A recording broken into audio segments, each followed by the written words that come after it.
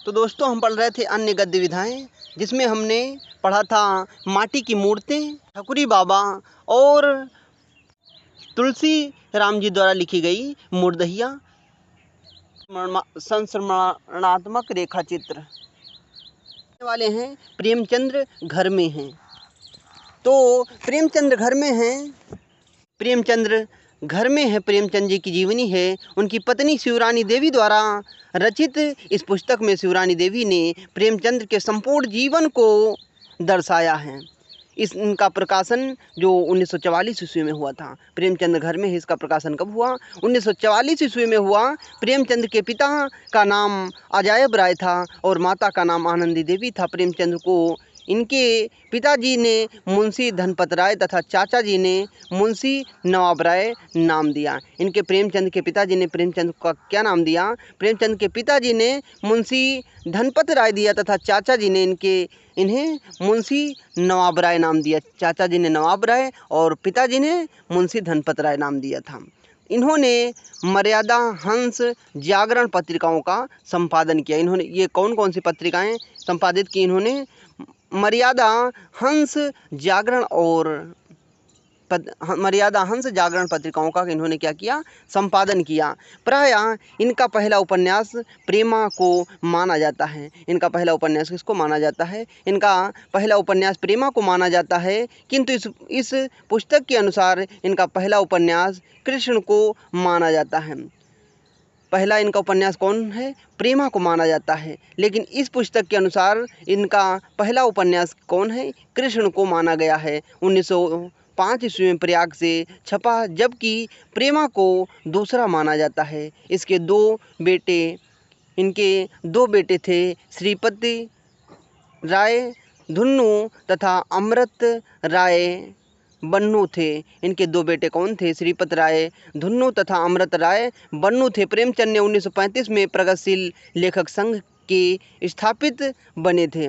कौन बने थे? 1935 ईस्वी में प्रगतिशील लेखक संघ के स्थापित बने थे। ये महात्मा गांधी के विचारों से प्रभावित थे। कौन? जो प्रेमचंद्र जी थे वो महात्मा गांधी के विचारों से प्रभावित थे। सेवा इनका मूल धर्म था। शिवरानी देवी ने प्रेमचंद्र के संपूर्ण जीवन को इस पुस्तक में कितने भागों में विभक्त किया है? 88 भागों में दिखाया है। शिवरानी देवी ने प्रेमचंद के संपूर्ण जीवन को इस पुस्तक में कितने भागों में दिखाया है? 88 भागों में दिखाया है। उस पुस्तक की श्रद्धांजलि बनारसी दास चतुर्वेदी तथा अमुख शिवरानी देवी ने लिखा है।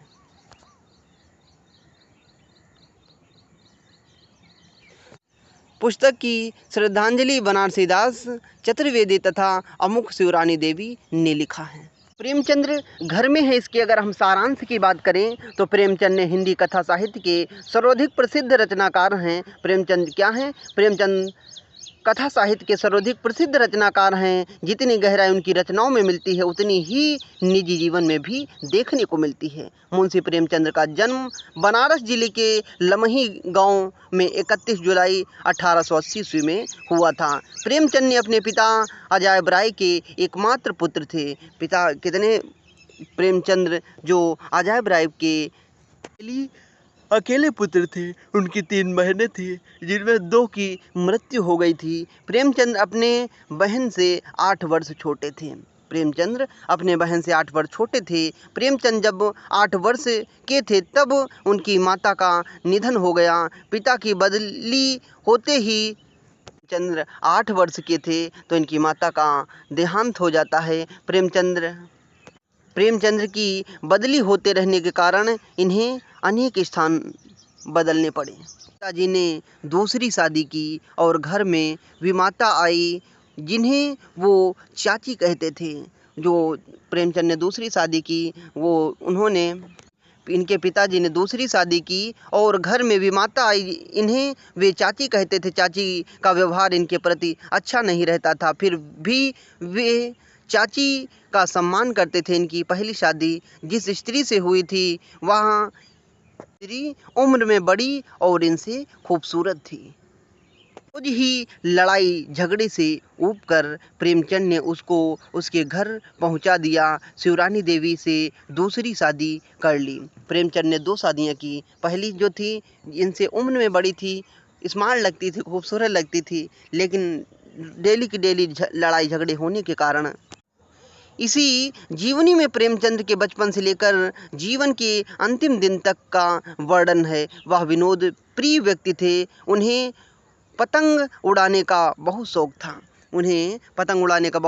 प्रेमचंद की दिनचर्या का वर्णन करते हुए शिवरानी देवी जी लिखती हैं कि रोज़ सुबह 4 बजे जग कर वो घूमते जाते, आकर हुक्का पीते और नाश्ता में जो भी मिलता खाकर लिखने बैठ जाते। वो हमेशा दूसरों की भलाई का सोचते थे। तो उनका सुबह का रूटीन क्या था? सबसे पहले रोज़ सुबह 4 बजे उठकर घूमने जाते, आकर हुक्का पीते और नाश्ता में जो भी मिलता खाकर वो हमेशा लिखने के लिए बैठ जाते।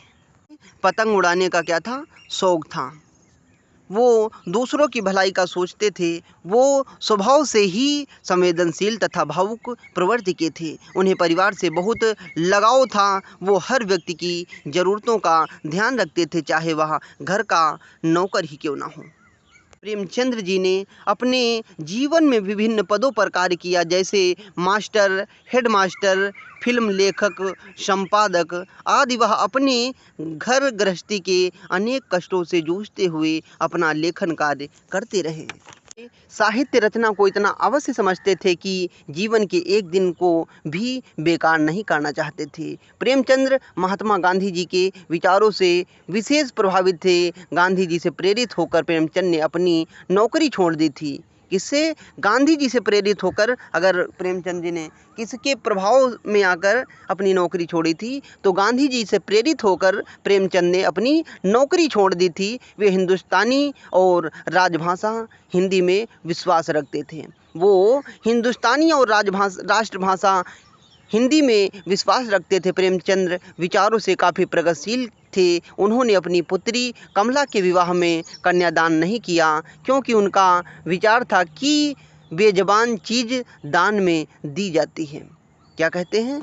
कन्यादान। उन्होंने अपनी पुत्री का कन्यादान नहीं किया, क्योंकि उनका विचार था कि बेजान चीज़ दान में दी जाती है। जानदार चीज़ों में तो गौ ही दी जाती है। जानदार चीज़ों में क्या दी जाती है? जानदार चीज़ों में तो गौ ही दी जा सकती थी। फिर लड़की दान कैसा? हमारा फ़ोन हो गया है बेकार। प्रेमचंद विचारों से काफ़ी प्रगतिशील थे। उन्होंने अपनी पुत्री कमला का विवाह में कन्यादान नहीं किया, क्योंकि उनका विचार था कि बेजान चीज़ दान में दी जा सकती हैं। जानदार चीज़ों में गौ ही दी जा सकती है। फिर लड़की का दान कैसा? यह मुझे पसंद नहीं। ये कौन कहते हैं? प्रेमचंद्र जी कहते हैं। प्रेमचंद्र होली, दिवाली आदि त्योहारों को बहुत ही खुशी से मनाते थे। दिवाली और फालतू में खर्च विश्वास नहीं करते थे। क्या? प्रेमचंद्र होली, दिवाली आदि त्योहारों को बहुत ही खुशी से मनाते थे। दिखावे और फालतू खर्च में विश्वास नहीं रखते थे। वो त्यौहार मनाते थे, लेकिन दिखावे और फालतू खर्च में क्या करते थे? विश्वास नहीं रखते थे। प्रेमचंद हमेशा समाज सेवा के लिए तत्पर रहते थे। वे समाज सेवा के लिए कई बार जेल भी गए हैं। प्रेमचंद हमेशा मजदूरों के पक्ष में रहते थे। वह खुद को भी मजदूर ही मानते थे। वह स्वाधीनता आंदोलन में अपनी पत्नी के साथ सक्रिय थे। अपने जीवन के अंतिम दिनों में बहुत बीमार होने पर भी मंगलसूत्र नामक उपन्यास लिख रहे थे। 8 अक्टूबर 1936 को असाध्य रोग से पीड़ित होने के कारण महान रचनाकार का देवासन हो जाता है। अब हम देखते हैं प्रेमचंद्र घर में हैं, इससे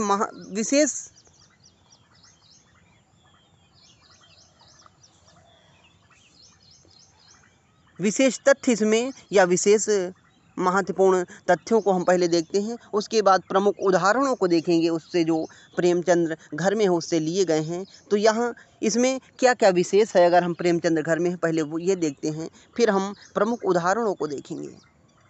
तीन बहनों के बाद होने के कारण प्रेमचंद जी को विशेष हम देख रहे हैं। तीन बहनों के बाद होने के कारण प्रेमचंद जी को तेतर कहते थे। विजय बहादुर विमाता चाची का भाई था और काजकी कौन था? नौकर था। विजय बहादुर कौन था? विमाता चाची का भाई था। काजकी कौन था? नौकर था। बड़े बाबू पिता के दोस्त थे। बड़े बाबू कौन थे? पिता के दोस्त थे। घी के साथ शक्कर अच्छा लगता था। क्या? घी के साथ इनको शक्कर अच्छी लगती थी। गुड़ खाना बहुत पसंद था। अपनी पहली शादी में इतने खुश थे कि मंडप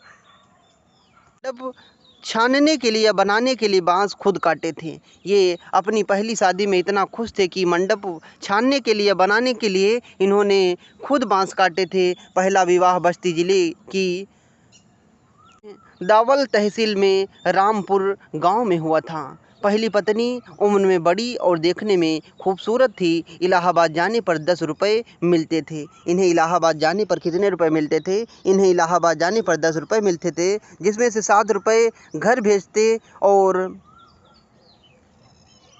5 रुपये का ट्यूशन पढ़ाकर कुल 8 रुपये में अपना गुजर बसर करते थे। इन्हें इलाहाबाद जाने पर कितने रुपए मिलते थे? इन्हें इलाहाबाद जाने पर 10 रुपये मिलते थे, जिसमें से 7 रुपये घर भेजते और 5 रुपये का क्या करते थे? ट्यूशन पढ़ाकर कुल 8 रुपये में अपना गुजर बसर करते थे। शिवरानी देवी की पहली शादी 11 वर्ष में हुई थी। शिवरानी देवी की पहली शादी चंद्र का भी दूसरा विवाह हुआ था और शिवरानी देवी जी का भी 2 विवाह हुए थे। तो शिवरानी देवी की पहली शादी 11 वर्ष में हुई थी और 3-4 महीने में ही विधवा हो गई थी। कौन? शिवरानी देवी। मुंशी प्रेम देवी प्रसाद शिवरानी देवी के पिता थे। मुंशी देवी प्रसाद कौन थे? शिवरानी देवी के पिता थे। कमला प्रेमचंद्र की पुत्री थी। प्रेमा उपन्यास नाम बाद में विभो हो गया। शिवरानी देवी की पहली कहानी साहस चांद नामक पत्रिका में छपी थी। शिवरानी देवी की पहली कहानी किसमें छपी थी? साहस चांद नामक पत्रिका में छपी थी, जो प्रेमचंद को पत्र देखकर मालूम हुआ था।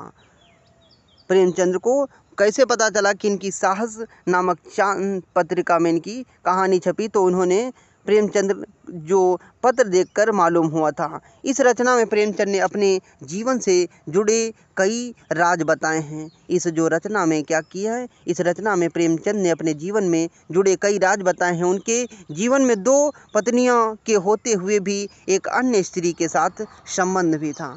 उनकी 2 पत्नियां थी, उसके बाद एक अन्य स्त्री के साथ भी संबंध भी था। उनकी इस जीवनी में स्थान स्थान पर उनका रचना संदर्भ मिलता है, जैसे काजकी, गुल्ली डंडा, रामलीला आदि कहानियों का। तो इनकी जीवनी के स्थान पर उनका संदर्भ भी मिलता है। उनकी जीवनी में स्थान स्थान पर उनके जीवन का संदर्भ भी मिलता है, जैसे काजकी, गुल्ली डंडा, रामलीला आदि कहानियों का। हैं ये प्रेमचंद्र घर में हैं, इससे महत्वपूर्ण तथ्य या महत्वपूर्ण कथन कौन कौन से, उदाहरण कौन कौन से हैं? बहुत ही संक्षिप्त में हम देखेंगे। उस समय विशाल भारत में मैंने एक लेख लिखा था। उस समय विशाल भारत में मैंने एक लेख लिखा था। प्रेमचंद के साथ 2 दिन उसका अंतिम वाक्य था। मैंने विशाल भारत में मैंने एक लेख लिखा था। प्रेमचंद के साथ उनका अंतिम वाक्य था। प्रेमचंद के सत्संग में आकर अजीब आकर्षण था। प्रेमचंद जी के सत्संग में एक अजीब आकर्षण था। उनका घर एक निष्कपट आडंबर शून्य सद्गृहस्थ का घर था। उनका जो घर कैसा था? उनका घर एक निष्कपट आडंबर शून्य गृहस्थ का घर था। यद्यपि प्रेमचंद्र काफ़ी प्रगतिशील भी थे, समय के साथ बराबर चल रहे थे, फिर भी उनकी सरलता तथा विवेकशीलता ने उनके गृह जीवन के सौंदर्य को अक्षुण्ण तथा अविचलित बनाए रखा। जनवरी 1932 ईस्वी में विशाल भारत में लिखा था कि कितने सन में? जनवरी 1932 में विशाल भारत में लिखा था कि हिंदी वाले के लिए सचमुच कलंक की बात है कि उनके सर्वश्रेष्ठ कलाकार को आर्थिक संकट बना रहता है। हिंदी के जो सर्वश्रेष्ठ कलाकार होते हैं, हिंदी के सर्वश्रेष्ठ लेखक होते हैं, उनका जो आर्थिक संकट क्या होता है, बना रहता है। संभवतः उसमें कुछ दोष प्रेमचंद्र जी का भी है, जो अपनी प्रबंध शक्ति के लिए प्रसिद्ध नहीं हैं और उनके जिनके व्यक्तित्व में वह तो दृढ़ता भी नहीं है, जो उन्हें साधारण कोटि के आदमियों के शिकार बनने से बचा सके। कुछ भी हो, पर हिंदी जनता अपने अपराध से मुक्त नहीं हो सकती। ये श्रद्धांजलि प्रेमचंद्र घर में हैं, ये श्रद्धांजलि से हैं। क्या कहते हैं, जनवरी 1932 ईस्वी में विशाल भारत में लिखा था कि हिंदी वाले के लिए सचमुच कलंक की बात है कि उनके सर्वश्रेष्ठ कलाकार को आर्थिक संकट बना ही रहता है, चाहे निराला हो, चाहे अन्य कवियों की बात की जाए। संभवतः उनमें कुछ दोष प्रेमचंद्र का भी है, जो अपनी प्रबंध शक्ति के लिए प्रसिद्ध नहीं है और जिनके व्यक्तित्व में वह लौह दृढ़ भी नहीं है, उन्हें साधारण कोटि के आदमियों के शिकार बनने से बचा सके। कुछ भी हो, पर हिंदी जनता अपने अपराध से मुक्त नहीं हो सकती है। श्रद्धांजलि से हैं ये। उन्हीं के शब्दों में हम दोनों एक ही नाव के यात्री थे। उन्हीं के शब्दों में हम दोनों एक ही नाव के यात्री थे। हम अपने साथ साथ जिंदगी के सब तूफानों को झेला था। क्या कहते हैं, उन्हीं के शब्दों में हम दोनों एक ही नाव के यात्री थे। यह कथन किसमें देखने को मिलता है, प्रेमचंद्र घर में हैं। उसमें अमुख से ये अलग अलग भागों में डिवाइड हुआ। कितने भागों में बटा है ये, 88 भागों में प्रेमचंद्र घर में है। कितने भागों में बटा है, 88 भागों में बटा है। उसी से लिया गया है। क्या कहते हैं, उन्हीं के शब्दों में हम दोनों एक ही नाव के सहयात्री थे और हमने साथ साथ ही जिंदगी के सब तूफानों को झेला है। कथन किसमें देखने को मिलता है, अमुख में देखने को मिलता है। यह तुम्हारी भूल है, मैंने तुम्हें तकलीफ़ें देने की नीयत से नहीं रोका है। यहाँ तुम्हारी भूल है, मैंने तुम्हें तकलीफ़ें देने की नीयत से नहीं रोका है, बल्कि इसलिए कि तुम्हें जाने देना नहीं चाहता। तुमको तकलीफ़ देने में मुझे कुछ मिलेगा। मैं सच कहता हूँ, तुम घर चली जाती हो तो मुझे अच्छा मालूम नहीं होता है। यह कौन कहते हैं, प्रेमचंद जी क्या कहते हैं, यह तुम्हारी बड़ी भूल है, मैंने तुम्हें तकलीफ़ें देने की नीयत से नहीं रोका, बल्कि इसलिए कि तुम्हें जाने देना नहीं चाहता, तुम्हें तकलीफ़ें देना नहीं चाहता। प्रेमचंद शिवरानी देवी से कहते हैं। महोबे में स्त्रियां अपने बारात के विदा होने के बाद रात को हर एक के घर में बजाती गाती हैं और एक साथ में आरती का थाल लिए रहती हैं, दूसरे हाथ में बेलन लिए रहती हैं। जो पुरुष घर में रहता है, बारात में नहीं जाता है, उसको उसी से मारती हैं। यहाँ किसमें देखने को मिलता है, ये प्रेमचंद्र घर में हैं, जो महोबे में स्त्रियां अपने बारात के विदा होने के बाद, जब बारात विदा हो जाती है तो वो क्या लेती हैं, बजाती गाती रहती हैं। अगर कोई स्त्री, जो पुरुष है, बारात में नहीं जाता है तो बेलन लिए रहती हैं, जिससे उसको क्या करती हैं, मारती हैं। ये भी बताया गया है। और जिसको तुम त्याग तपस्या बलिदान समझते हो, वह एक भी नहीं है। यह तो हम तुम दोनों का अपने पापों का प्रायश्चित करना मात्र है। ये कौन कहते हैं, प्रेमचंद्र कहते हैं। किससे कहते हैं, शिवरानी देवी से कहते हैं। क्या कहते हैं, जिसको तुम त्याग तपस्या बलिदान समझती हो, वह एक भी नहीं है। यह तो हम दोनों का अपने पापों का प्रायश्चित करना मात्र है। यह भी कथन हमें देखने को मिलता है कि यह हिंदुस्तान की खास विशेषता है कि किसी के जीवन काल में मनुष्य को ठीक नहीं पहचाना जाता। पता तो खो जाने पर ही मनुष्य को उसकी कीमत का पता लगता है। अगर मैं पहले उन्हें समझा गई होती तो मेरी यह दशा ना होती। मैं पहले इन बातों की आलोचना ना करती। जैसे जैसे इन सब बातों को मैं समझती हूँ, वैसे वैसे कलेजे पर छुरियाँ सी चलती जाती हैं। वही मैं हूँ, सब बातें उसी तरह से हैं। समय वही है, हाथ मलना ही खाली बाकी रह गया है। तो हिंदुस्तान की खास विशेषता यह बताई गई है कि जब तक इंसान जीवित रहता है उसके मूल्य का पता नहीं चलता है, लेकिन उसके जहाँ मरता है, देहांत हो जाता है, तभी उसके मूल्यों का पता चलता है, तभी उसको ठीक ठीक से पहचाना जाता है। यह कथन किस में देखने को मिलता है? प्रेमचंद्र घर में है देखने को मिलता है। ये कौन लिखती हैं? शिवरानी देवी जी लिखती हैं। इस बात का वो आत्मसंकोच कर रही हैं कि जब तक वो घर में थे तब तक मुझे इतनी उनकी परवाह नहीं थी, चिंता नहीं थी, लेकिन आज वो जब नहीं है मेरे पास, तब उनकी मूल्य का पता चल रहा है, तब मैं उनको ठीक ठीक से पहचान पाई हूँ। ये प्रकाशकों की ज़रूरत नहीं है कि वे अपने ही पेट भरें, लेखकों को कुछ ना मिलना चाहिए। ऐसे प्रकाशकों की ज़रूरत ही नहीं कि वे अपने ही पेट भरें, लेखकों को भी कुछ मिलना चाहिए। अकेडमी और लेखकों का तो पारिवारिक संबंध सा हो जाना चाहिए। किसका? लेखकों का तो पारिवारिक, अकेडमी और लेखकों का पारिवारिक संबंध हो जाना चाहिए। आजकल के लेखकों की तरह नहीं, ना प्रकाशकों की तरह ही। जब तक दोनों में ऐसा संबंध ना होगा तब तक कुछ भी नहीं होने का।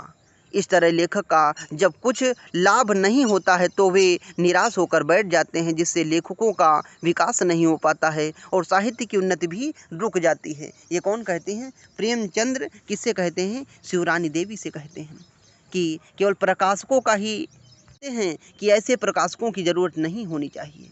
वे अपने ही पेट भरें और लेखकों को कुछ ना दें। पैसा जितना भी आता है सब प्रकाशक ही रखते हैं, लेखक के पास कुछ नहीं आता है। तभी वो कहते हैं ऐसे लेखकों और प्रकाशकों की ऐसे प्रकाशकों की ज़रूरत नहीं होती है। वहीं लेखक एक एक रुपए के लिए तरस रहा होता है, वहीं प्रकाशक जो है पैसों से मौज मस्ती कर रहे हैं। तभी ये कहते हैं। कौन कहते हैं? प्रेमचंद। किससे कहते हैं? शिवरानी देवी से कहते हैं। जिस भाषा का साहित्य अच्छा होगा उसका समाज भी अच्छा होगा। समाज के अच्छा होने पर मजबूरन राजनीति भी अच्छी होगी। ये तीनों साथ साथ चलने वाली चीज़ें हैं। यह कथन भी किसमें देखने को मिलता है? प्रेमचंद्र घर में हैं। जिस भाषा का साहित्य अच्छा होगा उसका समाज भी क्या होगा? अच्छा होगा। समाज के अच्छा होने पर मजबूरन राजनीति भी अच्छी होगी। ये कथन किसमें देखने को मिलते हैं? प्रेमचंद्र घर में हैं। कि यह कोई बात नहीं है, दलील की यह कोई बात नहीं है। इसके मानने हैं कि दुनिया में मैं महात्मा गांधी को सबसे बड़ा मानता हूँ। दलीलें की यहाँ कोई बात नहीं है। इसके मानने हैं कि दुनिया में मैं महात्मा गांधी को सबसे बड़ा मानता हूँ। उनकी भी उद्देश्य यही है, उनका भी उद्देश्य यही है कि मैं मजबूर कष्टकार सुखी हो।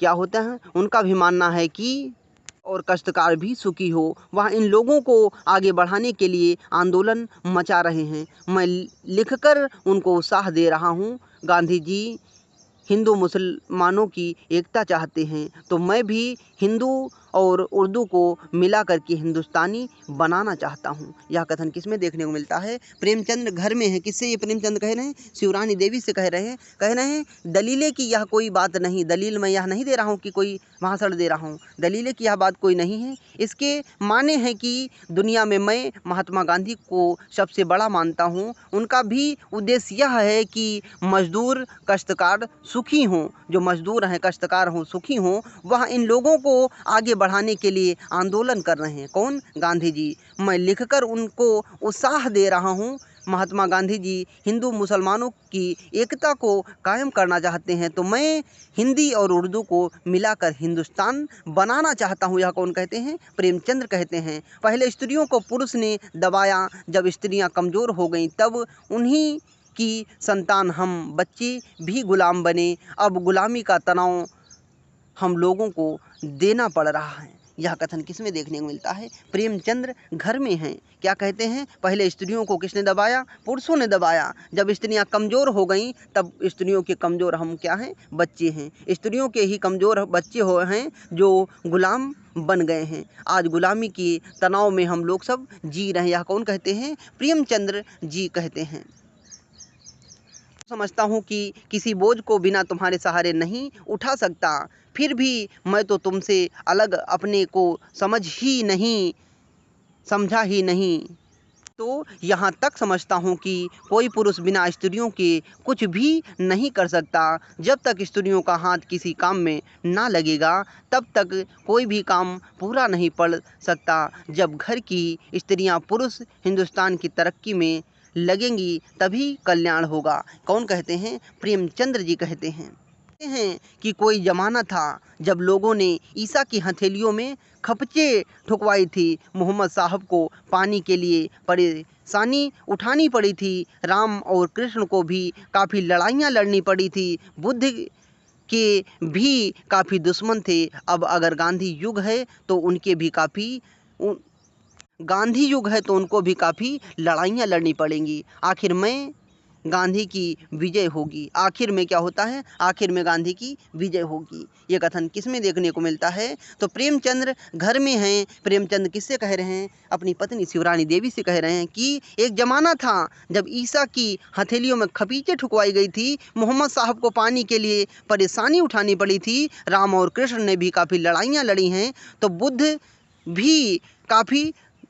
के भी काफ़ी दुश्मन थे। अब गांधी युग है तो गांधी के भी दुश्मन होंगे। अब गांधी को भी काफ़ी लड़ाइयाँ लड़नी पड़ेंगी, गांधी के भी काफ़ी दुश्मन होंगे तभी, लेकिन अंत में विजय किसकी होगी? गांधी की होगी। यह कथन कौन कहते हैं? प्रेमचंद कहते हैं। किससे? शिवरानी देवी से कहते हैं। तुम्हारे लिए ज़रूरी है, पुरुष खुद मजदूर बन सकता है मगर अपने घर में स्त्री को मजदूरनी बनाना पसंद नहीं करता है। क्या कहते हैं? हाँ, तुम्हारे लिए पुरुष खुद मजदूर बन सकता है मगर अपने घर में स्त्री को मजदूरनी बनाना पसंद नहीं करता है। अब उधर चाहे जो कुछ हो मगर पहले अंग्रेज के यहाँ भी उनकी स्त्रियों को नौकरी नहीं करने देते थे। चंद्र जी कहते हैं कि स्त्रियां नौकरियां करने लगी हैं मगर वह अच्छा नहीं है। मैं अच्छा समझता हूँ स्त्रियां नौकरी करने लगी हैं, वह अच्छा नहीं है, मैं लेकिन अच्छा समझता हूँ। अब इनका नतीजा क्या हो रहा है? अब पुरुष और स्त्रियां दोनों नौकरियां करने लगेंगे तब इनके मान क्या हैं? रुपए ज़्यादा आएंगे। उसी का तो यह फल है कि पुरुषों की बेकारी बढ़ जाएगी। यह क्या कहते हैं? कहते हैं कि स्त्रियां और पुरुष अब दोनों पैसे कमाएंगे। अब पुरुष क्या होंगे? पुरुष जो हैं आलसी हो जाएंगे। जब स्त्रियां भी पैसे कमाने लगेंगी, नौकरियां करने लगेंगी तो पुरुष क्या हो जाएंगे? आलसी हो जाएंगे। कौन कहते हैं? प्रेमचंद्र जी कहते हैं। अब तो अपनी कमाई का पैसा पुरुष अपने पास रखते हैं। जब उन बेचारियों को ज़रूरत होती है उनसे मांगना पड़ता है। अच्छा, इच्छा हुई तो कभी दे दिया, कभी इनकार करके हट गए। तब ऐसी हालत में मेरे ख्याल से बेहतर यही है कि दोनों कमाएं। ये कौन कहते हैं? प्रेमचंद जी कहते हैं। क्या कहते हैं? कि अब तो कमाई का पैसा पुरुष अपने पास ही रखने लगे हैं। पहले ये होता था कि जितने पैसे लेकर आओ और किसके हाथ में दे दो? जो घर में हैं, चाहे वो माँ हो या पत्नी हो, ये तब कहते हैं। तो वे कहते हैं अब तो कमाई का पैसा पुरुष अपने पास रखने लगे हैं। जब उन बेचारियों को ज़रूरत होती है उनसे मांगना पड़ता है। इच्छा हुई तो कभी दे दिया, नहीं तो इनकार करके हट गए। ऐसी हालत में मेरे ख्याल से बेहतर है कि दोनों कमाएं। कौन कहते हैं? किसका है? यह शिवरानी देवी प्रेमचंद से कहती हैं। क्या कहती हैं? अब तो कमाई का पैसा अधिकतर पुरुष रखने लगे हैं। जब उन बेचारियों को ज़रूरत होती है तो उनसे मांगना पड़ता है। इच्छा हुई तो कभी दे दिया, नहीं तो इनकार करके हट गए। ऐसी हालात में बेहतर है कि दोनों पैसे कमाएं। यह कौन कहता है? यह शिवरानी देवी का कथन है, ना कि प्रेमचंद्र का। स्त्रियां शिक्षित हों और उनके साथ साथ स्त्रियों को वहाँ अधिकार मिल जाए तो जब पुरुषों को मिले हुए जब तक सब स्त्रियां शिक्षित नहीं होंगी, सब कानून अधिकार उनको बराबर ना मिल जाएंगे, तब तक महज बराबर काम करने से ही काम नहीं चलेगा। यहाँ किसमें देखने को मिलता है? स्त्रियां शिक्षित हों, उसके साथ साथ स्त्रियों को वहाँ अधिकार मिल जाए जो सब पुरुषों को मिले हुए हैं। जब तक सब स्त्रियां शिक्षित नहीं होंगी, सब कानूनी अधिकार को बराबर नहीं मिले, सबको कानूनी अधिकार बराबर नहीं मिलेगा, तब तक महज बराबर काम करने से काम नहीं चलेगा। सिद्धांत भी कोई चीज़ होती है और जो चीज़ आदमी को अपने हाथों से बनाता है उसमें कुछ भी तो हो जाता है। प्रेमचंद्र जी क्या कहते हैं कि बहुत से लोग कहते हैं कि सन्यासी बनना कठिन है, लेकिन प्रेमचंद्र जी कहते हैं सन्यासी बनना कठिन नहीं है, बल्कि एक घर गृहस्थी को चलाना कठिन है। सन्यासी बने तो क्या बने, सन्यासी बन के कहीं गए, जहाँ पाए खा लिए, जहाँ पाए सो गए, जहाँ पाए निकल लिए, उसमें क्या ही है। लेकिन घर गृहस्थी चलाना कितना कठिन होता है। सबसे कठिन क्या है, घर गृहस्थी को चलाना होता है, उसका काम रोशनी करना होता है। दिया का काम क्या होता है, रोशनी करना, सो वह करता है। उससे किसी का लाभ होता है या हानि, इससे कोई बहस नहीं। इसमें जब तक तेल और बत्ती रहेगी तब तक वह अपना काम करता रहेगा। जब तेल ख़त्म हो जाएगा, तब ठंडा हो जाएगा, तब उसे ठंडे चिराग से ना तो तुम कभी पूछती हो कि कहाँ गया, ना वह तुमको ढूंढने आता है। क्या कहते हैं, दिया उनका काम है रोशनी कर, दिया का काम है रोशनी करना, सो वह करता है। उससे कभी लाभ होता है या हानि, इससे उसको कोई बहस नहीं करता है। उससे किसी को लाभ होता है या हानि, कि कोई उससे बहस नहीं करता है। उसमें जब तेल और बत्ती रहेगी तब तक वह अपना काम करता रहेगा। जब तेल ख़त्म हो जाएगा तब ठंडा हो जाएगा, तब उससे उस ठंडे चिराग से ना तो तुम कभी पूछती हो कि कहाँ गया, ना वह तुमको ढूंढने आता है। यह प्रेमचंद्र जी कहते हैं। मैं उनकी इस बात पर गहराई से सोचने लगी। मैं उसे देखती जाती थी। मैं उनकी इस बात को गहराई से, अपना दर्द ही मरते दम तक साथ रहता है। उनका सिद्धांत था कि नौकर को नौकर मत समझो। उनका किसका, प्रेमचंद्र का एक सिद्धांत था कि नौकर को नौकर मत समझो। नौकर तो अपना मददगार होता है। नौकर को नौकर मत समझो, नौकर तो अपना मददगार होता है। तुमको नौकरी की ज़रूरत होती है, नौकर को तुम्हारी, दोनों को एक दूसरे की ज़रूरत होती है। ऐसे ही समझना चाहिए कि वे अक्सर हम लोगों को ऐसा समझते हैं। वो क्या कहते हैं कि नौकर को ना समझो बल्कि मददगार समझो। नौकर को जो होती है नौकरी की ज़रूरत होती है, और एक नौकर की ज़रूरत होती है, और नौकर को एक नौकरी की ज़रूरत होती है। तो नौकर जो होता है हमारा मददगार होता है, हमारा साथी होता है। तो एक दूसरे, ऐसा नहीं है कि नौकर मददगार नहीं होता है। भी कथन प्रेमचंद घर में है देखने को मिलता है। जिस चीज़ को आदमी अपनाता है, विश्वास करता है, अगर उससे किसी का अविश्वास हो जाता है तो दिल में एक क्रांति सी पैदा हो जाती है। वह क्रांति हम लोगों को भस्म नहीं कर सकती, पर खुद भस्म हो सकती है। फिर इन दोनों पर विश्वास लाना मेरे काबू के बाहर की बात है। यह कथन भी प्रेमचंद्र घर में है देखने को मिलता है। तो प्रेमचंद्र घर में हैं तो महत्वपूर्ण कौन कौन से कथन हैं। उनका मानना है कि नौकर को नौकर मत समझो, नौकर हमारा मददगार होता है। तुमको नौकर की ज़रूरत होती है, उसको नौकरी की ज़रूरत होती है। कथन किसमें देखने को मिलता है, प्रेमचंद्र घर में है देखने को मिलता है। सिद्धांत भी कोई चीज़ होती है जो आदमी अपने घर से बनाता है। क्या कहते हैं, सिद्धांत भी कोई चीज़ होती है जो चीज़ आदमी अपने हाथों से बनाता है, उसमें कुछ प्रेम भी हो जाता है। जब तक आदमी हाथ पैर मार सकता है तब तक उसको ख़राब होते नहीं देखा जा सकता है। जैसे जैसे बच्चे तुम सोचा करते हो, जैसे बच्चों का तुम सोचा करते हो कि लड़कों से क्या कोई आशा रखे, वह आराम ही देंगे, मगर चूंकि बच्चे ही हो जाते हैं तो उन्हें मोहब्बत हो जो अगर बच्चे हो जाते हैं तो उनसे मोहब्बत हो जाती है। उन्हीं बच्चों के लिए हम दिन रात त्याग करते हैं। लोग कहते हैं कि सन्यासी त्याग करता है, मैं तो कहती हूँ सन्यासी क्या त्याग करेगा। सन्यासी अच्छे से खाता है, बेफिक्री से रहता है, ना बसने की खुशी ना मरने का गम, बस जिधर पाता है खाता पीता रहता है। घर गृहस्थी वालों के क्या हालात होते हैं उनसे पूछो। प्रेमचंद्र घर में है देखने को मिलता है। अब तो अपनी कमाई का पैसा पुरुष अपने पास रखने लगे हैं। उन बेचारियों की ज़रूरत होती है तो देते हैं, कभी कभी दिया तो कभी नहीं दिया। मेरा मत ये है कि दोनों कमाएं। ये कथन कौन कहती हैं, शिवरानी देवी जी कहती हैं। स्त्रियां नौकरी करने लगी हैं मगर वह अच्छा नहीं है, इनको अच्छा नहीं समझा जा सकता है। अब जो पुरुष हैं क्या हैं, पुरुष और भी आलसी होते जाएंगे। यह कथन भी प्रेमचंद घर में है देखने को मिलता है। और इसके बाद और भी कुछ महत्वपूर्ण कथन हैं। इस भाषा का साहित्य अच्छा होगा, उसका समाज भी अच्छा होगा। समाज के अच्छे होने पर मजबूती आएगी। क्या कहते हैं, जिस भाषा का साहित्य अच्छा होगा उसका समाज भी अच्छा होगा। समाज के अच्छे होने पर मजबूरन राजनीति भी अच्छी होगी। ये तीनों साथ चलने वाली चीज़ें हैं। कथन किसमें देखने को मिलता है? प्रेमचंद्र घर में हैं। दलील की कोई इसमें बात नहीं है।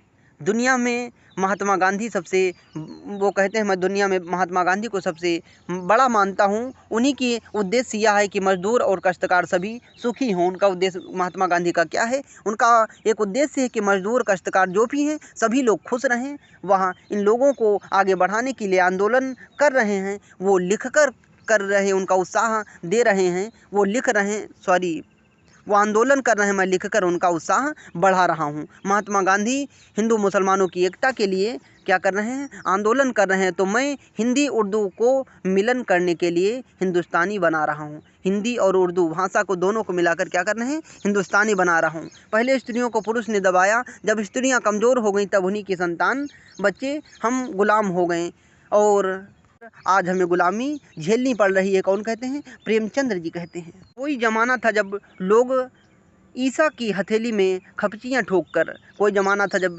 क्या कहते हैं, कोई ज़माना था जब लोगों ने ईसा की हथेलियों में खपची ठोक कर मोहम्मद साहब को पानी के लिए परेशान किया। राम और कृष्ण ने भी काफ़ी लड़ाइयाँ लड़ी, बुद्ध भी काफ़ी दुश्मन हुए, बुद्ध के भी काफ़ी दुश्मन हुए। अब अगर गांधी युग है तो उनको भी काफ़ी लड़ाइयाँ लड़नी पड़ेंगी। आखिर में गांधी की ही क्या होगी? विजय होगी। ये कथन प्रेमचंद्र घर में ही देखने को मिलता है।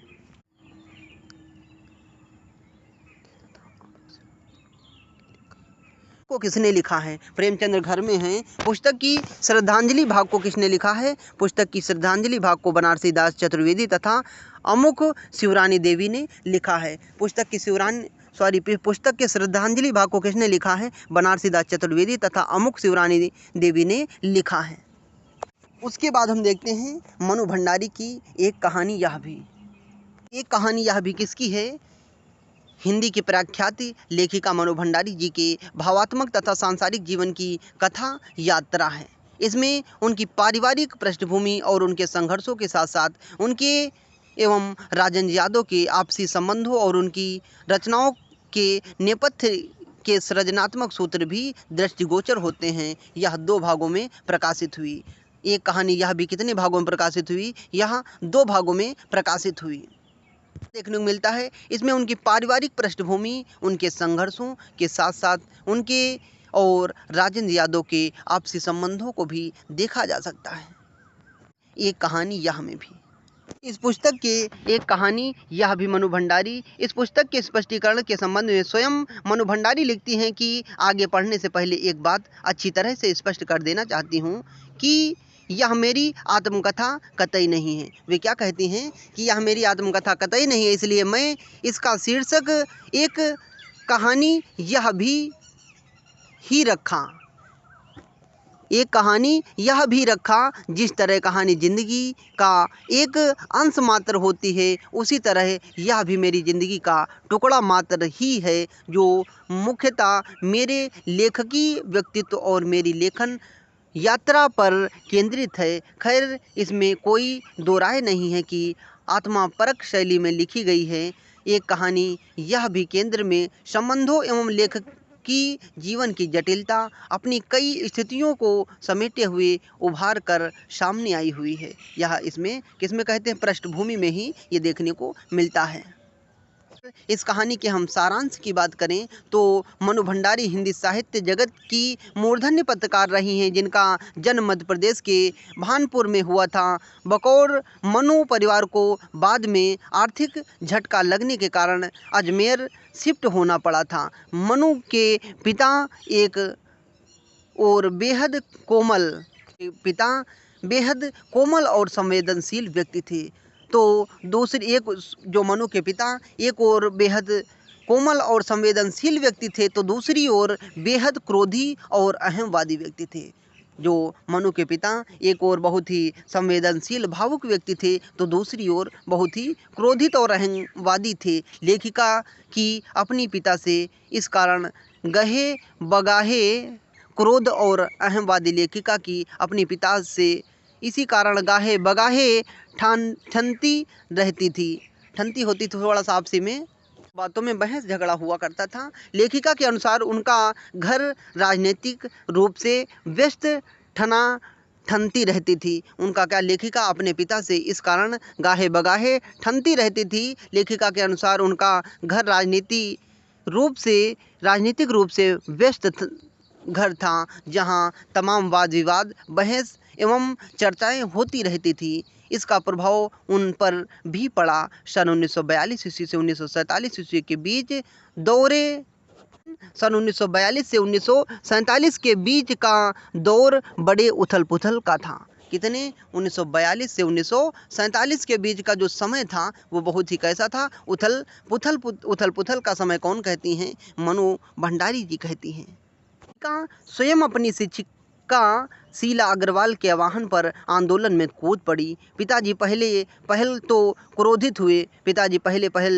क्रोधित हुए, बाद में मनु का अपने कॉलेज में प्रभाव देख गर्वित भी हुए। लेखिका मनु भंडारी ने साहित्य की दुनिया में उन्हें प्रवेश कराने का श्रेय अध्यापिका शीला अग्रवाल को दिया। तो साहित्य के क्षेत्र में उनको आने का कार्य किसने प्रोत्साहित किया? तो अध्यापिका शीला अग्रवाल को दिया उन्होंने अपना श्रेय, कि मुझे अगर साहित्य के क्षेत्र में कोई लाया तो अध्यापिका शीला अग्रवाल को दिया। शीला जी का अजमेर छूटते ही किसका? शीला जी का अजमेर छूटते ही मनु भी अपनी बहन सुशीला के पास कलकत्ता चली गई। वहाँ उन्होंने बीए पास की। बहन सुशीला के संबंध में वे लिखती हैं कि कलकत्ता में सुशीला ने तो जब तब मेरे अस्तित्व को ही बचाया।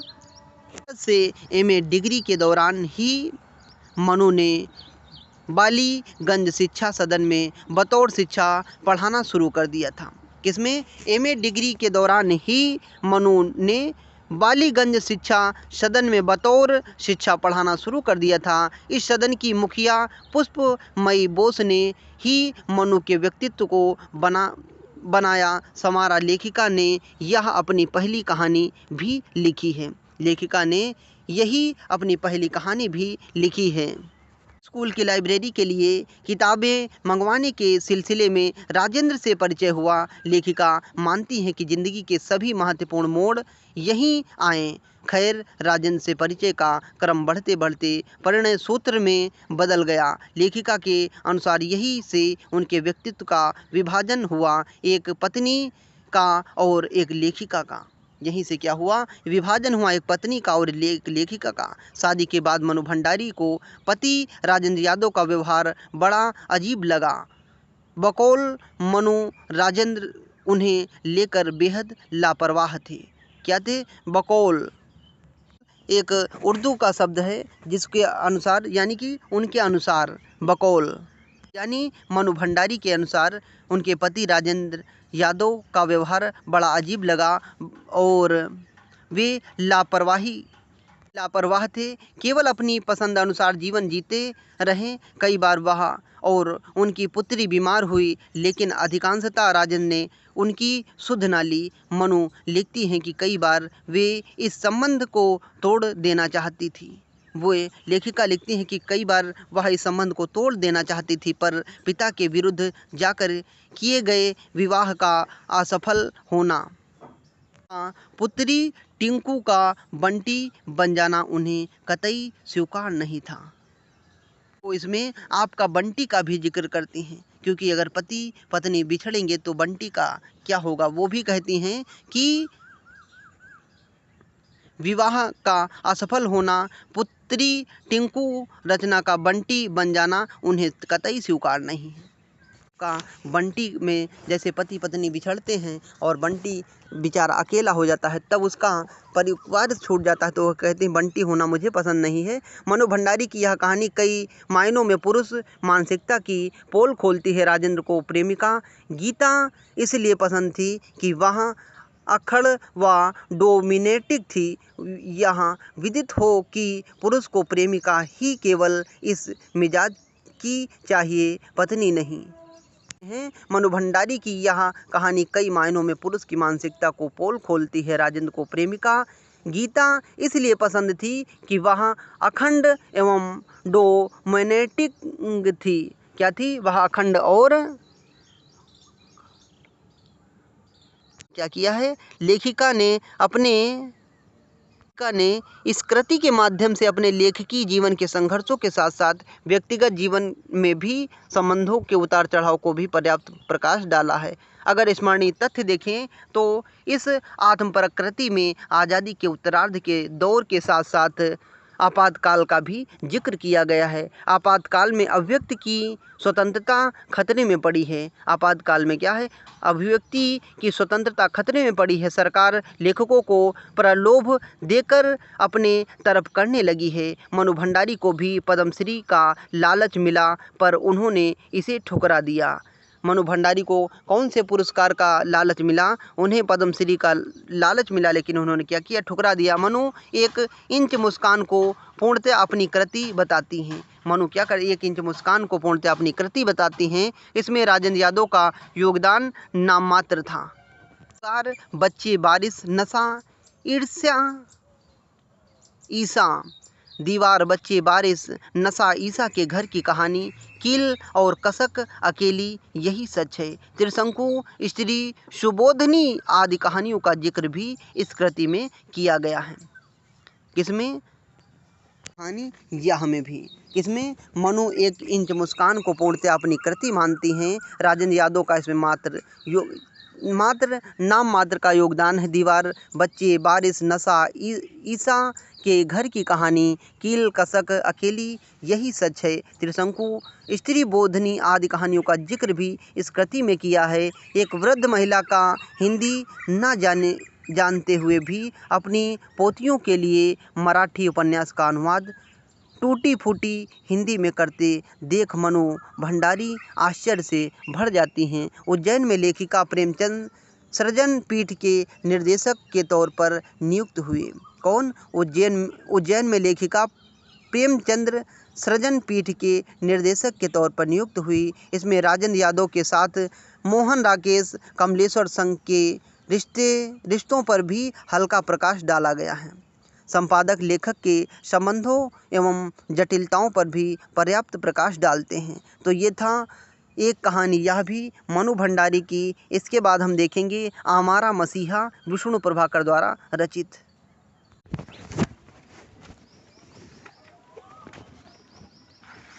आज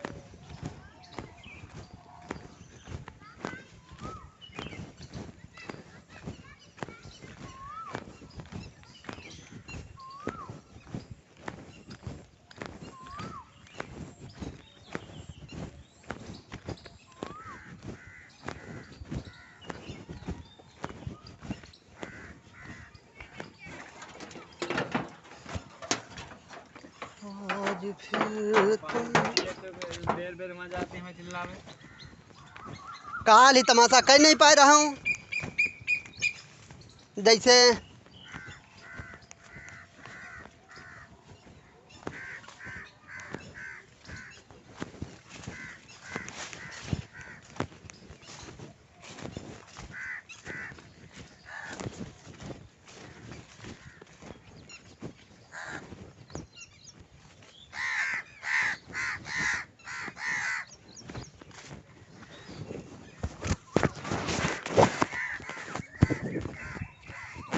इसके बाद हम देखते हैं आवारा मसीहा विष्णु प्रभाकर द्वारा। आवारा मसीहा बंगला उपन्यासकार शरत चंद्र जी की जीवनी है। यह जीवनी 3 भागों में विभाजित हुई है। दिशा शरत चंद्र की बचपन की घटनाएं जिसमें देखने को मिलती हैं। दिशाहारा में शरत चंद्र की बचपन की घटनाएं देखने को मिलती हैं। दिशा की खोज साहित्यिक जीवन और जीविका की खोज और दिशांत सामाजिक कार्यों साहित्यिक विधाओं में उनकी रचनाशीलता को बताया गया है। तो दिशा की खोज और दिशाओं सामाजिक कार्य और विधाओं में उनकी रचनाशीलता को बताया गया। अगर मुख्य पात्रों की बात करें तो आवारा मसीहा में मुख्य पात्र कौन कौन से हैं? केदारनाथ जो कि नाना हैं, मोतीलाल पिता हैं, भुवन मोहिनी माता हैं, अघोरनाथ छोटे नाना हैं। अघोरनाथ कौन है? छोटे नाना हैं। सुरेंद्रनाथ मामा, मणिंद्र छोटे नाना का बेटा, शरत चंद्र का सहपाठी। कौन? मणिंद्र कौन है? छोटे नाना का बेटा, शरत चंद्र का सहपाठी। ठाकुरदास बड़े मामा, अच्छे पंडित पहले गुरु, राजू दोस्त है और काशीनाथ ये भी क्या हैं? दोस्त हैं। धीरू दोस्त हैं, नीला दोस्त है, राजबाला विराज बहू, नयनतारा ये कौन है? इसके पात्र हैं। केदारनाथ कौन है? नाना है। मोतीलाल कौन है? पिता हैं। भुवन मोहिनी माता हैं। अघोरनाथ कौन है? छोटे नाना है। सुरेंद्रनाथ मामा हैं। मणिंद्र छोटे नाना का बेटा है, शरत चंद्र का सहपाठी। मणिंद्र कौन है? शरत चंद्र का सहपाठी। ठाकुर दास कौन है? ये भी मामा है। अच्छे पंडित अपने पहले गुरु हैं। अच्छे पंडित कौन है? पहले गुरु हैं। राजू, धीरू, नीला, राजबाला ये सब इनके क्या हैं? दोस्त हैं।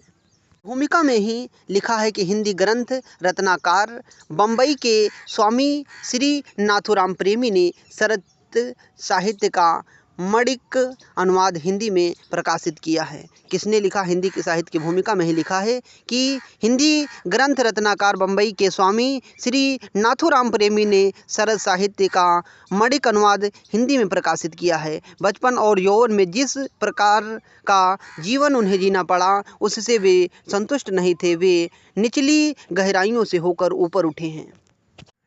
इस पुस्तक की सामग्री के 3 प्रमुख स्रोत रहे हैं। एक तो उन व्यक्तियों से साक्षात्कार जो किसी न किसी रूप में शरद बाबू से संबंधित रहे हैं। दूसरे उनके समकालीन मित्रों के लेखक संस्मरण और तीसरे उनकी अपनी रचनाओं में इधर उधर बिखरे स्थल और प्रसंग उनके जीवन में सीधा संबंध रहा है। इतने अनुभव के बाद उन्हें ढूंढ लेना बहुत कठिन नहीं हुआ। इतने अनुभव के बाद उन्हें ढूंढ लेना बहुत कठिन नहीं हुआ। विशेष कथा की शुरुआत भागलपुर ननिहाल से होती है। इसमें कथा की शुरुआत कहाँ से होती है? भागलपुर ननिहाल से होती है। उनके नाना लोग गांगुली परिवार के थे। उनके नाना लोग कहाँ के थे? उनके नाना लोग गांगुली परिवार के थे। मोचदा से शैव रीति से विवाद कर लिया। किससे? मोचदा से शैव रीति से। इसमें क्या है? कथा की शुरुआत भागलपुर ननिहाल से होती है। उनके नाना लोग गांगुली परिवार के थे। उनके नाना लोग कौन से परिवार के थे? गांगुली परिवार के थे। मोचदा से शैव रीति से विवाह कर लिया। विवाह के बाद शरद ने उनका नाम रखा हिरणमयी देवी। मोचदा से विवाह करने के बाद शरद ने उनका नाम क्या रखा? हिरणमयी देवी। शरद चंद्र ने मूल्य पर निबंध लिखने की खोज की जिनके विषय निम्नलिखित हैं। शरद चंद्र ने क्या किया? शरद चंद्र ने मूल्य पर निबंध लिखने की योजना की जिनके विषय निम्नलिखित हैं। नारी का मूल्य, धर्म का मूल्य, ईश्वर का मूल्य, नशे का मूल्य, आत्मा का मूल्य, पुरुष का मूल्य, साहित्य का मूल्य, समाज का मूल्य, धर्म का मूल्य, वैश्या का मूल्य। तो शरद चंद्र के मूल्य निबंध लिखने की योजना उनके जीवन पर निम्नलिखित थे। इस पे जो शरद चंद्र ने ये जीवनी लिखी उसमें कौन कौन से विषय रहे? नारी का मूल्य, धर्म का मूल्य, ईश्वर का मूल्य, नशे का मूल्य, आत्मा का मूल्य, पुरुष का मूल्य, साहित्य का मूल्य, समाज मूल्य, अधर्म का मूल्य, वैश्या का मूल्य, साहित्य सत्य और सत्य का मूल्य, झूठ का मूल्य, असंख्य मूल्य, वेदांत का मूल्य, ये सारे विषय देखने को मिलते हैं। केवल नारी का मूल्य ही लिखा जा चुका है। अन्य मूल्यों का लिखना लिखा जाना साहित्य का दुर्भाग्य है। केवल नारी का मूल्य ही लिखा जा चुका है, अन्य मूल्य लिखना इस साहित्य का दुर्भाग्य है। अन्य मूल्यों का ना लिखा जाना इस साहित्य का क्या है? दुर्भाग्य है। केवल नारी का ही मूल्य लिखा जा चुका है, अन्य मूल्यों का ना लिखा जाना इस साहित्य का दुर्भाग्य है। कुछ तथ्य देख लेते हैं इससे। शौक भी बहुत थे, जैसे पशु पक्षी पालन, उपवन लगाना, लेकिन उनमें सबसे प्रमुख तितली उद्योग। नाना रूप की अनेक तितलियों को उनके काठ के बक्से में रखा गया था। इनका प्रमुख शौक क्या था? इनके शौक तो बहुत से थे, पशु पक्षी पालना, उपवन लगाना, और उनमें सबसे प्रमुख था तितली उद्योग। नाना रूप की तितलियों को पकड़कर उनके काठ के बक्से में रखी गई थी। परंतु शरद तथा पतंग उड़ाना, लट्टू घुमाना, गुल्ली डंडा जैसे निषिद्ध खेल भी उनके लोकप्रिय थे। न जाने कितनी बार वह इस पवित्र मौन एकांत में आकर बैठे होंगे। न जाने कितनी बार इस पवित्र मौन एकांत में आकर बैठा होगा। दूर से ही आती बच्चों की शरारतों की आवाज़ें गंगा की कल कल ध्वनि में मिलकर एक रहस्य वातावरण का निर्माण करती होंगी। प्रकृति का सौंदर्य जैसे उसके थके तन मन को सहलाता होगा, और तब उसने मन ही मन प्रतिज्ञा की होगी कि मैं सूर्य, गंगा और हिमालय को साक्षी करके प्रतिज्ञा करता हूँ कि मैं जीवन भर सौंदर्य की उपासना करूँगा, कि मैं जीवन भर अन्याय के विरुद्ध लड़ूंगा, कि मैं कभी छोटा काम नहीं करूँगा। ये सारे क्या हैं?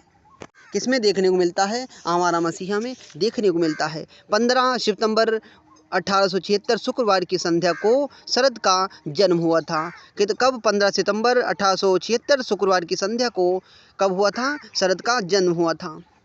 शरद सुंदर नहीं थी, आँखों को छोड़कर उसमें कोई विशेषता नहीं थी, लेकिन आँखों की यह चमक ही सामने वाले को बांध लेती थी। आँखों की चमक ही सामने वाले को बांध लेती थी। वर्ण श्यामलता की ओर था।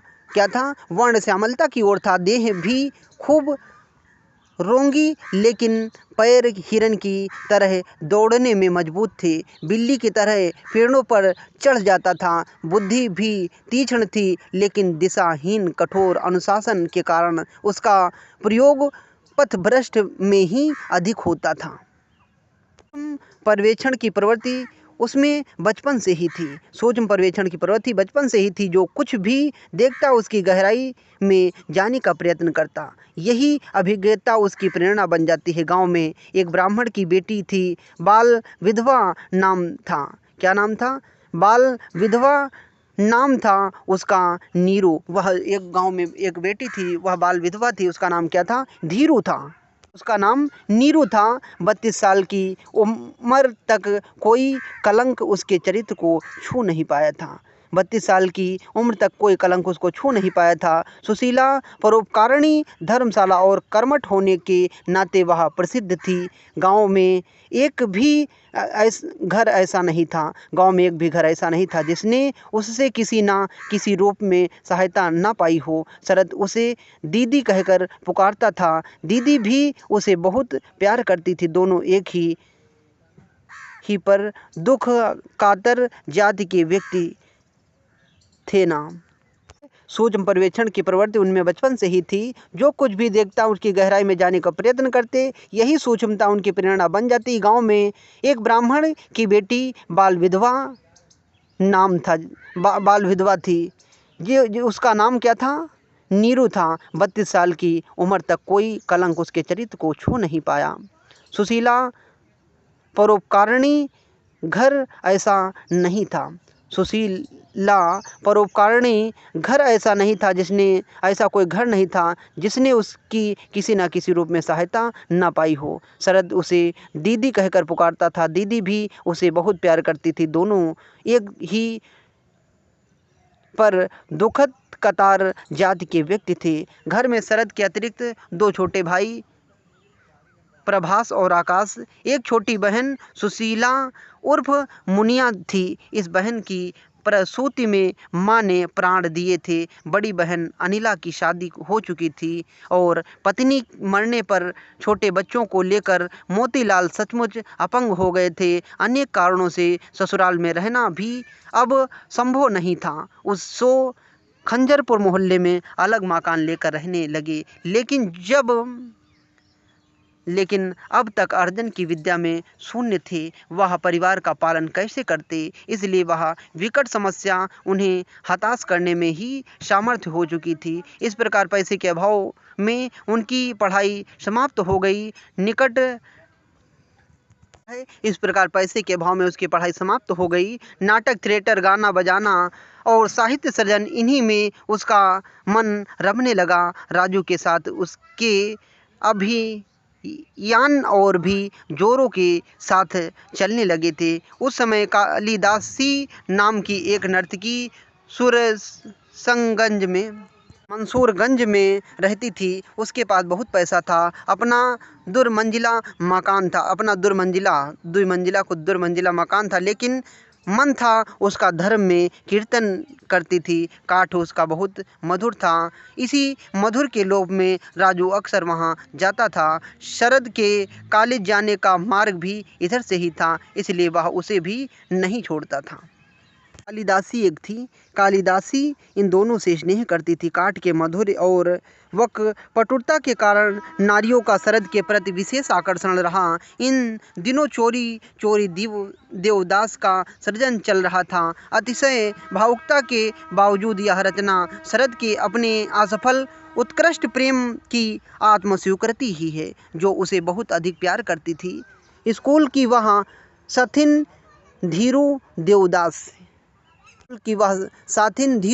देवदास में पार्वती के रूप में अवतरित हुई। धर्मदास के चरित्र का आधार बना नाना के घर का सेवक मुंसई और चंद्रमुखी का उपादान जुटाया इसी नर्तकी ने।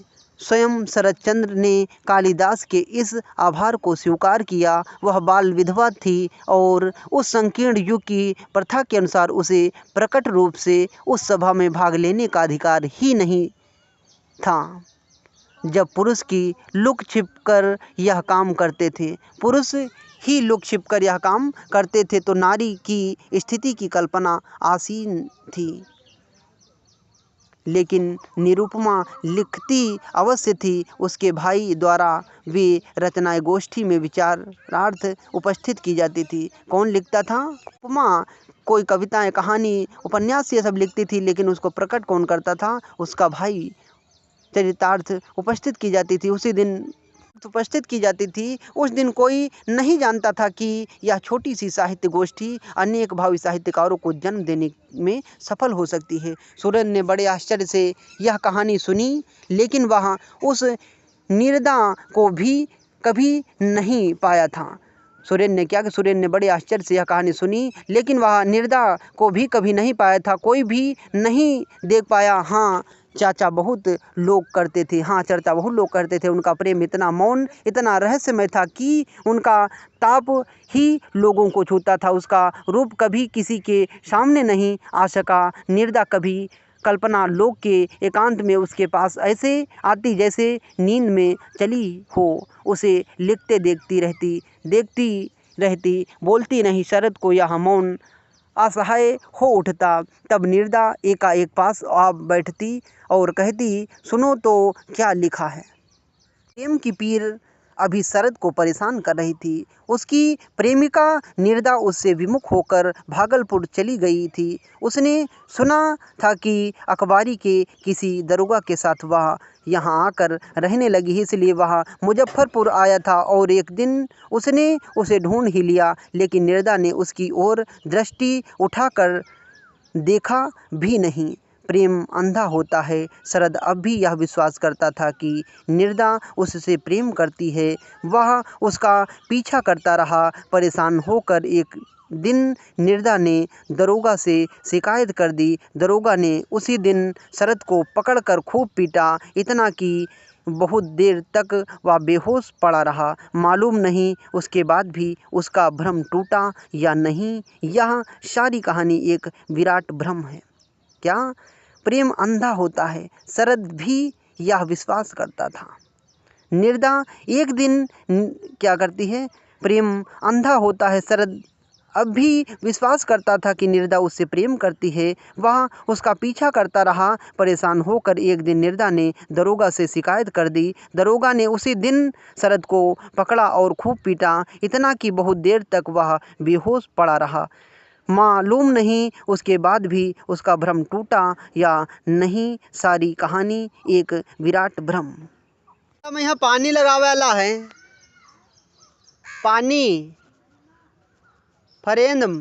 वह दिन भी निश्चित हो गया, तय हो गया कि उस रात मैं जागती रहूँगी। 2 बजे वह गाड़ी लेकर आएगा और नीचे जिस कमरे में मैं सोती हूँ उसी खिड़की पर एक होगी और मैं यानी कि महत्वपूर्ण एक जो भूमिका है, महत्वपूर्ण इसकी एक कहानी इसमें चलती है। वो इनमें 2 नारियां भी थीं, दोनों विधवाएं थीं। एक प्रौढ़ थी, दूसरी युवती। अवसर पाकर यह युवती उसके पास आई और उन्हें प्रणाम किया। ऐसे देखने लगी जैसे वह बहुत दिनों से परिचित हो। मधुर स्वर में बोली, आपने मुझे बचाया है, आप गुरु हैं, मैं आपकी विशेष रूप से कृतज्ञता हूँ।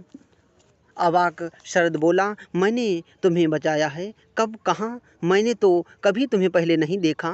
ये कौन कहते हैं? शरद कहते हैं, वो एक युवती उनके पास आती है और उनके प्रणाम करती है और कहती है तुमने मुझे बचाया है। लेकिन शरद अवाक रह जाते हैं। उन्होंने कहते हैं, मैंने तुम्हें कब बचाया? मैं तो तुम्हें कभी जानता भी नहीं हूँ, तुम पहले देखा भी नहीं तुम्हें। युवती का रंग जैसा गोरा था वैसे ही उसकी मुख आश्री थी। उसने शरद बाबू को अपनी कहानी सुनाई। उसने शरद बाबू को अपनी कहानी सुनाई। बोली, मेरे पिता बंगाल के बाहर किसी कॉलेज में अध्यापक हैं। मेरे पिता बंगाल के बाहर किसी कॉलेज में अध्यापक हैं। जब मेरी उम्र 2 साल की थी तभी मेरी माँ मर गई थी। तब से मेरे पिता ने मुझे पाल पोस कर बड़ा किया। विवाह 17 वर्ष की आयु में हुआ, लेकिन इसी काशी में केवल 3 दिन बुखार में मेरे पति की मृत्यु हो गई। इसी काशी में 3 दिन बुखार में मेरे पति की मृत्यु हो गई।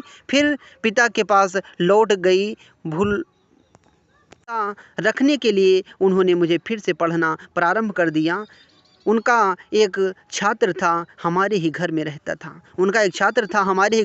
था। पिता उसे बहुत स्नेह करते थे। क्लास में किस दिन कौन सा लेक्चर होगा, इसका हिसाब किताब उसी के पास था। सारी ज़रूरत की किताबें और नोट्स की कापियाँ भी वही ठीक रखता था। मैं उससे गणित और साहित्य पढ़ती थी और इसी तरह 1.5 वर्ष बीत गया। इसी मिलने जुलने के कारण हम दोनों में काफ़ी परिवर्तन आ गया। वह लड़का इस बात को समझता था। उसने एक दिन पिताजी से कहा, मैं अब नहीं पढ़ सकूँगा। मैं अब नहीं पढ़ सकूँगा। पिताजी सब कुछ समझ गए। मुझ पर उन्हें क्रोध भी आया। पिताजी सबको समझ गए, उनको मुझ पर क्रोध भी आया और इसलिए उन्होंने बाहर नगर कलकत्ता भेज दिया। मगर मेरा दिल वहीं अटका रहा। कुछ दिन ही बीते होंगे कि न जाने कैसा हम दोनों में चिट्ठी पत्री प्रारंभ हो गई। फिर वह लड़का भी एक दिन कलकत्ता आ पहुंचा। अब हम दोनों नियमित रूप से मिलने लगे। अंत में एक दिन वह भी आया जब हमने निश्चय किया कि कुछ भी क्यों ना हो, हम लोग कहीं भाग चलें और सदा के लिए एक हो जाएं।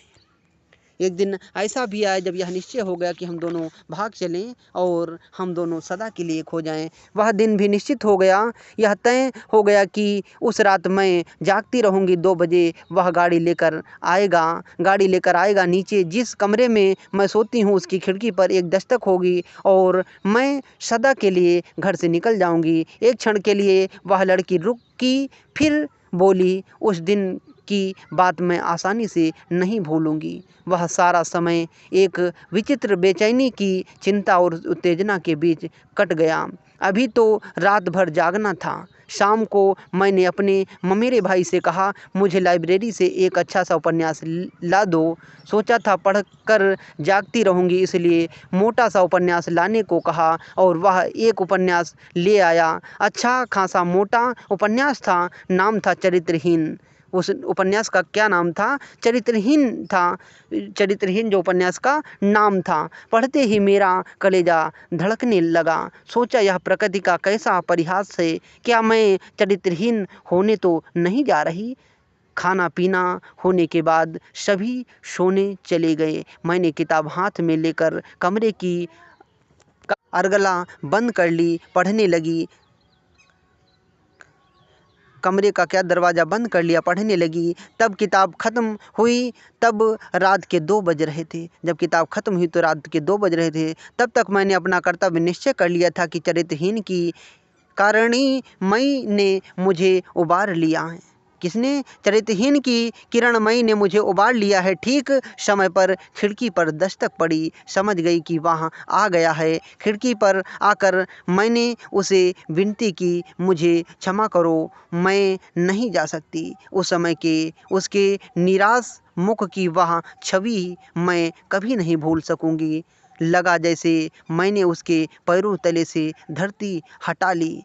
किसी तरह उसने कहा, सारा इंतजाम हो गया है, रेल का टिकट भी खरीद लिया है। मैंने हाथ जोड़कर कहा, मुझसे अन्याय हुआ है, मुझे क्षमा कर दो, मैं नहीं जा सकूंगी। विकल विवश वह थोड़ी देर तक वहाँ खड़ा रहा, फिर दीर्घ निश्वास खींचकर वहाँ से चला गया। उसके बाद उसका क्या हुआ मैं नहीं जानती। मैं भी अपनी इस नानी के साथ काशी चली गई थी। यहाँ आए आज साल भर हो गया है। आज भी सोचती हूँ कि आपकी उस किरणमयी ने मुझे बचा लिया।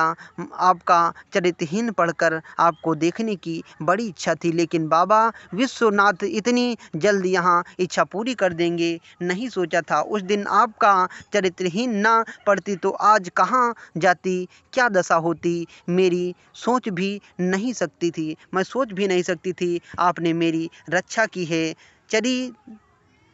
चीर कृतज्ञ हूँ। शरतचंद्र का नाम, शरतचंद्र का मन उस दिन सचमुच ही गदगद हो उठा। उतनी गाली गलौज सुननी पड़ी थी उस चरित्रहीन के लिए। उन्होंने जो चरित्रहीन लिखा था उसके लिए उन्हें कितनी गाली गलौज पड़ी थी। लेकिन जब उन्होंने कहा, इस चरित्रहीन आप जिनने जो उपन्यास लिखा, इसी से मेरी आज ज़िंदगी बची हुई है, सही है। शरतचंद्र साहित्यकार थे और साहित्यकार प्राय राजनीति के दलदल से दूर रहता है, परंतु वे मानते थे कि भारत की स्वतंत्रता के लिए जो आंदोलन गांधी जी ने चलाया है वह केवल शुष्क राजनीति ही नहीं है, देश की मुक्ति का व्रत है। जो देश की दास्तां को सह सकता है वह साहित्य नहीं है। जो देश की दास्तां को सह सकता है वह साहित्य नहीं है। शरतचंद्र नाटककार नहीं थे। शरतचंद्र क्या थे? शरतचंद्र नाटककार नहीं थे, परंतु उनके उपन्यासों के नाट्य रूपांतरण ने बंगाली रंगमंच के दुर्दिन में रक्षा अवश्य की थी। रचनाओं की लोकप्रियता, कथ्य में नाटकीय तथ्यों की प्रधानता, पारिवारिक वातावरण और पात्रों में आत्मीयता, सामाजिक कुरीतियों पर प्रहार, यथार्थवादी अंतर्दृष्टि, प्रसाद गुण, प्रांजल, सरल अंतस्पर्शी भाषा, कितने सरल गुण उस शक्त का आधार थे। लेकिन इस सगुण भी हृदय पक्ष का असाधारण महत्व था। भावुकता की प्रधानता इसलिए चरम परिणति अन्याय संगत नहीं रह पाती। इसी कारण सही अर्थों में वे नारी जात के मसीहा बन गए थे। इसी कारण वे सही अर्थों में नारी जात के मसीहा बन गए थे। इसी कारण बंगाल की नारियों ने उनका अभूतपूर्व अभिनंदन किया। उनकी 97वीं जयंती के अवसर पर उनको अभिनंदन पत्र भेंट करते हुए गदगद होकर उन्होंने कहा, पराधीन देश के अंधपतित समाज की असहाय अंतःपुरचरणियों के हृदय की मूक आनंद वेदना को तुमने भाषा में मूर्त कर दिया है। उनकी दुर्गति जीवन के सुख दुख सुख दुखों की सभी अनुभूतियों को निबिड़ अनुभूति में ढालकर तुमने साहित्य में सत्य करके प्रत्यक्ष कर दिया है। तुम्हारी अनाविष्टि दृष्टि, सूक्ष्म पर्यवेक्षण सामर्थ्य, सुगंभीर उपलब्धि शक्ति तथा विचित्र मानव चरित्र की अंतर्लसी अभिज्ञता ने निखिल नारी चित्र की निगूढ़ता प्रकृति का गुप्तम पता पा लिया है। नारी चरित्र के परम रहस्यज्ञता हम लोग तुम्हारी वंदना करती हैं।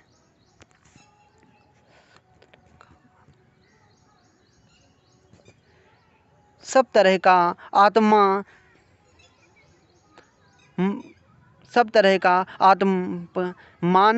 तथा सब तरह की हीनता की हालात में भी नारी की प्राकृतिक विशेषताएं सब देशों के सब समाजों में मौजूद हैं। तुमने उसके आकृतिम रूप को प्रत्यक्ष किया है, उसकी सत्य प्रकृति का अध्ययन किया है। हे सन्यारियों के अंतर्मयी, हम तुम्हारी वंदना करती हैं। आज के इस विशेष दिन हम यह बताने आई हैं कि हम तुम्हारा सम्मान करती हैं, हम लोग तुम्हें श्रद्धा करती हैं, हम तुमको प्यार करती हैं, हम लोग अपना करके ही समझती हैं, हम लोग अपना करके ही समझती हैं। नारियों के परम श्रद्धेय मित्र तुम हम लोगों को परम प्रिय हो, तुम हम लोगों के परम आत्मीय हो, हम तुम्हारी वंदना करती हैं। उन्होंने सहसा नारियों की न केवल आर्थिक सहायता की थी बल्कि कईयों को अपने घर में आश्रय भी दिया था। शिवपुर के एक युवक प्रतुल मुखर्जी को वे बहुत अरसे से जानते थे। उसने अपने परिजनों और मित्रों के विरोध के बावजूद दुर्गा देवी नाम की एक विधवा से विवाह किया था। विरोध के उस वातावरण में दुर्गा देवी को शरद बाबू ने कुछ समय के लिए अपने घर में शरण दी थी और लिखना पढ़ना सिखाने की चेष्टा भी की थी।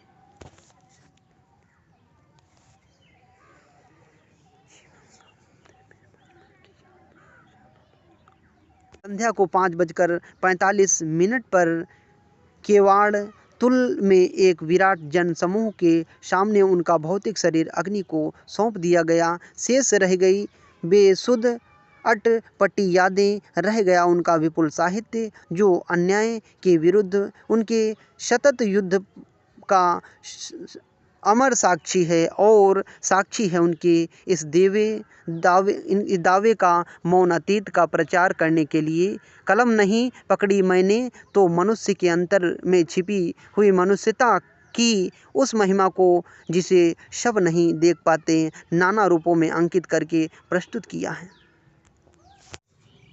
इसको पढ़ने में बहुत सी गलतियाँ हुई हैं, लेकिन आज हम यहीं पर समाप्त करेंगे। उसके बाद ये भाग 2 हम देखें, भाग 3 में आगे के हम जो अन्य गद्य विधाएँ छोटी हैं उनको पढ़ेंगे। तो दोस्तों हम पढ़ रहे थे अन्य गद्य विधाएँ, जिसमें हमने पढ़ा